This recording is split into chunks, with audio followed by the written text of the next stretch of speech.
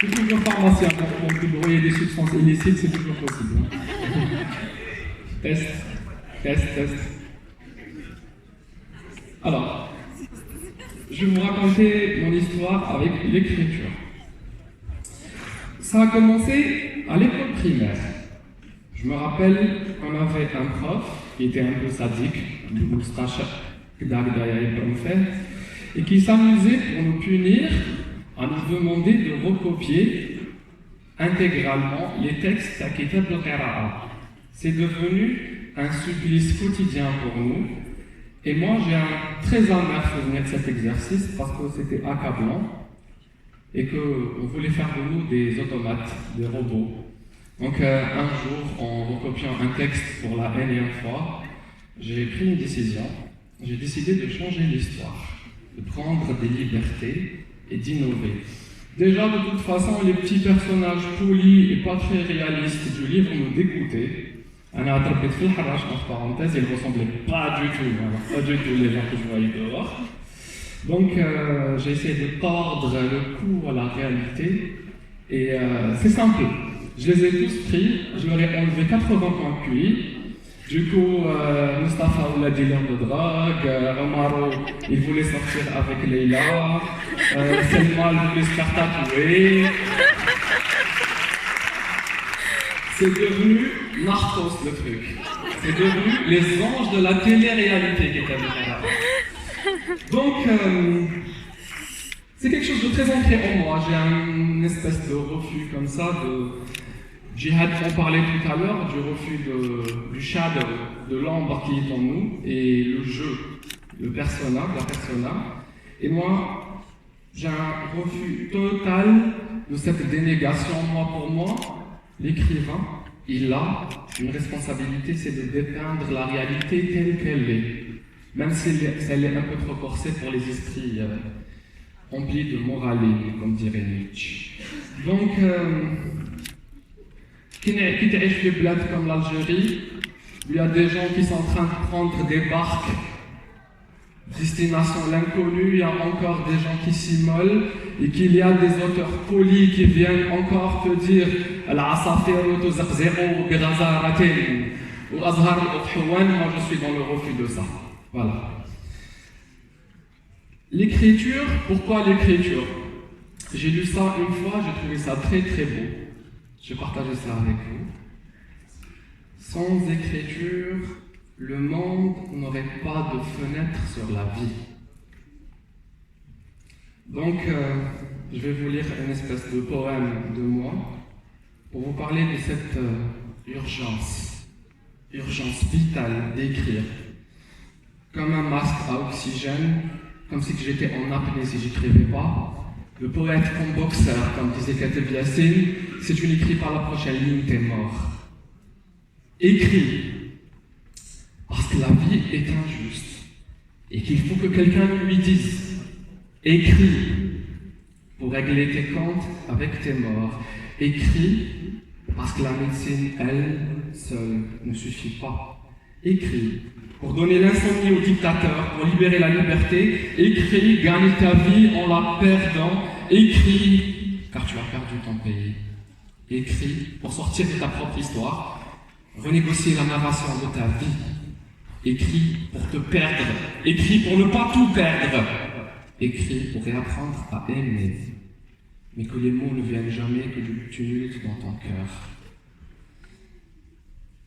Bon, ça c'est bien beau, mais la vérité je m'étais en fait. La vérité c'est que un peu plus tard, au collège, j'écrivais pour draguer des meufs au fait. Parce que il paraît que ça fonctionne.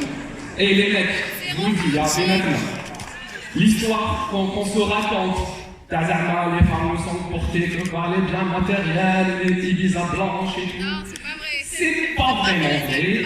Les femmes ont besoin qu'on les fasse rêver aussi, pas vrai mesdames? Voilà. Elles ont besoin qu'on s'intéresse vraiment à leur âme. Oui. Tous les humains d'ailleurs. Donc, au collège, ce qui m'a fait renouer avec l'écriture, c'est une histoire avec une fille. j'étais red dingue d'elle, genre vraiment, vraiment. Je me rappelle, c'était le premier jour de la rentrée, et moi je venais de changer de collège, donc je suis allé voir mes anciens camarades pour leur dire au revoir. Et le destin est capricieux, moi j'allais partir vers le nouveau collège et elle arrivait. Une vraie blague. Donc, je me rappelle, elle était assise derrière et on était gars, les mecs, on était en train de regarder derrière et on se voyait en train de regarder derrière. Ça semblait être un truc qui allait finir en combat de sabre pour avoir la belle, mais genre vraiment, hein, vraiment. Donc, elle était vraiment belle comme une idée et belle et timide, comme les premières lueurs du printemps. Oh là là. Et pour les besoins d'un monument, on va l'appeler Mademoiselle S. Et Mademoiselle S, elle était belle. Et nous, donc, à l'instant où j'ai fait face à elle, je me rappelle comme aujourd'hui. Mon cœur était en train de battre la chamade. Il a failli lâcher. Mon cerveau, il a déposé la démission direct. Mon teint, c'est devenu le drapeau Temzra, en fait. Je ne savais pas quoi lui dire, et du coup, quel con. Imaginez ce que je lui ai dit. C'était le deuxième jour de la rentrée. Est-ce que tu peux me prêter ton cahier d'arabe? Mon Dieu. Il n'y avait rien écrit dedans. Il y avait et elle ne savait pas quoi faire, du coup elle m'a tendu le cahier. Donc j'ai quitté le collège, je suis parti le nouveau collège, j'avais une espèce de passion comme ça, que je ne vais pas vous raconter parce que vous allez avoir des idées. Donc, j'ai écrit des poèmes sur cette fille, sur ce cahier, et un jour j'ai décidé de le lui rendre. Et quel con. J'ai pas fait de copie. Du coup, où est la caméra? Je vais faire une idée. Mademoiselle S, si tu es en train de m'entendre, ordonnez les poèmes تاعي. قلبي راه محروق عليهم. Donc, en 2010, moi qui est un lecteur compulsif, je dévore les livres. Je venais d'arriver à la fac et je voulais créer une espèce de club comme ça pour réunir Ga'al Mhabel. Moi, c'est un de mes destins dans la vie. Je pense que je vais réunir le Mhabel Taqnia. D'ailleurs, je suis en recrutement. Hein, et j'ai décidé de monter un club qui s'appelait Les Amoureux du Livre. Et donc, c'est un truc qui a cartonné par la suite. Ce groupe était en train de faire une espèce de grande thérapie de groupe comme ça entre les gens qui lisent. Et on voulait aussi investir l'espace public parce que à l'époque, quand tu peux te dans le bus, les gens te regardent de travers. Mais vraiment. Du coup, on a organisé, je ne sais pas, peut-être certains parmi vous ont vu ça sur la presse, on a organisé un des plus grands rassemblements de lecteurs, c'était le jardin d'essai. Et vraiment, ce qui comptait pour moi, c'était de se réapproprier l'espace public parce que Diane, non. Là, je vais vous raconter une petite anecdote. On était une espèce de 300-400 personnes et il y a un flic qui allait عندك autorisation. بعد هنايا j'ai chance de la répartir, ça c'est هنايا. قلت له واش ما نحطلكمش الفاكس. بعد le gars il commence à trembler, il s'est dit هدايا c'est le fils de machin. قال لي واش من الفاكس. Faut que le fax تاع de gueule 60 degrés تخليها مازال ما نحطيهمش.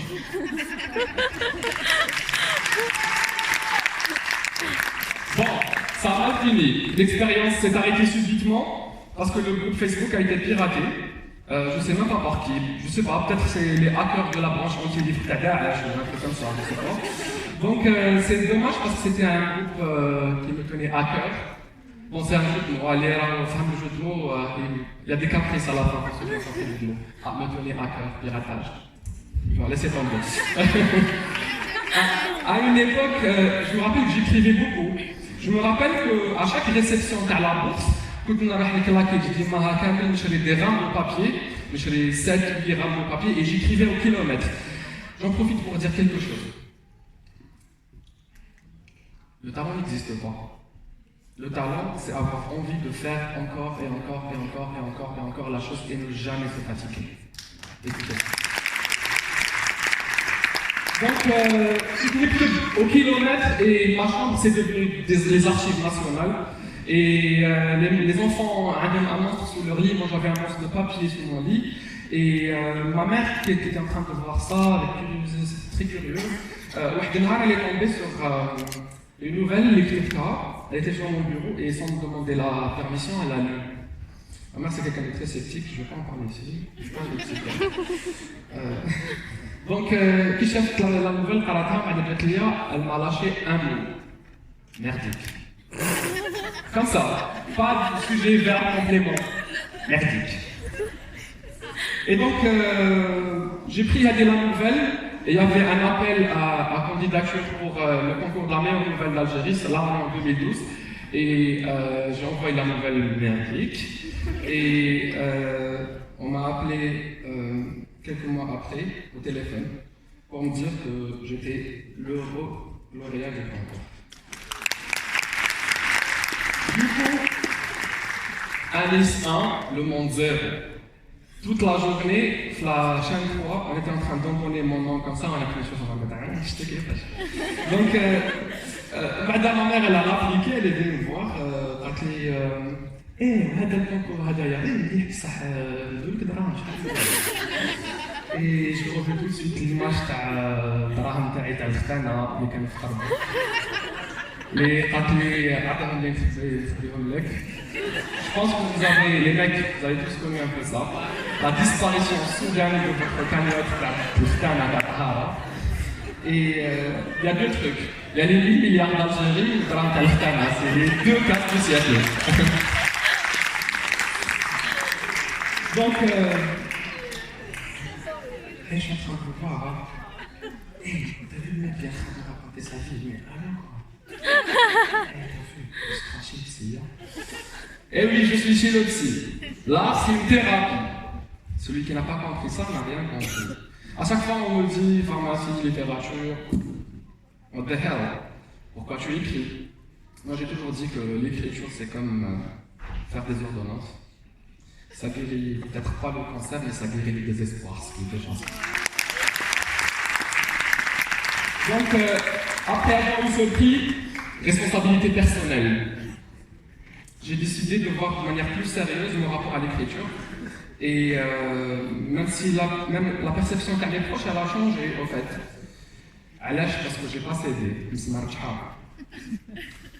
Je vais citer ce bon vieux Charles Bukowski. Faut jamais lâcher, jamais abdiquer. If you're going to try, go all the way. Otherwise, don't even start. If you're going to try, go all the way. Otherwise, don't even start. Donc, en faisant mes études de pharmacie à la fac centrale, dans un premier temps, j'étais en train de faire un peu l'école buissonnière, voilà, je découvrais Alger Centre, machin et tout. Et je faisais la rencontre des fous, au fait. Alger, c'est très marquant, c'est qu'on voit beaucoup de fous, et les mendiants, et j'ai remarqué quelque chose de phénoménal, parce que j'allais à Sidi Abdelrahman pour... bon, je suis marabout d'origine, donc j'allais à Sidi Abdelrahman, et du coup, je voyais les fous et les mendiants à Alger, qu'avec la force Sidi Abdelrahman. Du coup, j'ai essayé de construire avec l'imaginaire de l'enfant, parce que l'écrivain, c'est l'enfant qui a survécu. J'ai essayé de construire comme ça une espèce de monde comme ça, où les fous et les mendiants ne sont pas juste en train de mendier ou là en train de déambuler, mais c'est juste une espèce de police mystique qui essaye de garder Alger, parce qu'Alger est le blessé le Hawassa, et donc du coup ils sont en train de surveiller pour que cette ville ne tombe pas. Donc j'ai commencé un roman qui parle de ça, et donc une partie se passe à Drake Hussein. Donc du coup pour écrire ce premier roman, la manière la plus authentique possible, c'est pas très légal ce que j'ai fait, mais j'ai porté ma blouse blanche et je suis parti passer un stage de psychiatrie de Drake Hussein. C'est filmé. Je suis dans le mail. Donc, pourquoi parler des fous? Parce que tout simplement, on vit dans un pays où c'est la psychiatrisation facile des gens qui sont différents. Il y a des gens qui ont l'impression qu'ils ont une machine pour étiqueter. Ils veulent étiqueter tout le monde. Et dès que quelqu'un sort un peu du récit officiel, il commence à être étiqueté de fou, différents. Donc, moi, je crois atteindre une maladie incurable, c'est un amour absolu de la liberté. Et du coup, tous ceux qui ont des attentes différentes, qui voient le succès comme ils l'entendent eux-mêmes, sont en souffrance et dans la marge. S'il y en a ici parmi vous, j'aimerais qu'ils se disent juste une chose. If you're going to try, go all the way. Otherwise, don't even start. La jeunesse, c'est cet âge où on fait des bêtises sans les compter. Faites vos bêtises. Et je vais vous dire quelque chose. Ça, c'est ma leitmotiv. J'aimerais que vous repartiez au moins avec ça. Il y a une histoire écrite pour vous. Il y a une histoire écrite par vous.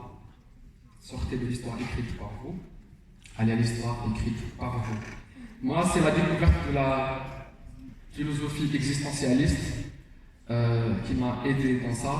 Il faut que les choses se passent de cette manière. En fait, ils sont tous aussi perdus que nous, ils n'ont pas le mode d'emploi, personne n'a le mode d'emploi. Ce qu'il faut faire, c'est être authentique et vivre les choses comme on les entend, c'est écrire sa propre histoire. Je vais vous lire quelque chose parce qu'on est en train de vivre un moment où peut-être la jeunesse de ce pays va écrire sa histoire. Je vais vous lire un petit poème. Drôle de pays dans une drôle d'époque. Le cœur du peuple bat si fort qu'il a pris feu. Des enfants cachent leur peur sous des bouquets de fleurs. Nous sommes plus forts qu'eux, nous n'avons plus rien à perdre. Les freins ont lâché dans la pente, nous n'avons ni route de secours, ni pays de secours. Il ne nous reste que des rêves fragiles, parfumés au vinaigre, et un drapeau délavé, et les derniers mots de Baudief, et les dernières notes de Malraux, et les sourires des manifestantes, et le souvenir d'une liberté perdue. Dites-leur de nous laisser vivre, ne cassez plus les urnes. On veut sortir de l'histoire écrite par vous. On veut écrire notre histoire. Vive l'Algérie et vive là. Vous n'aurez jamais vu. Bienvenue au Merci.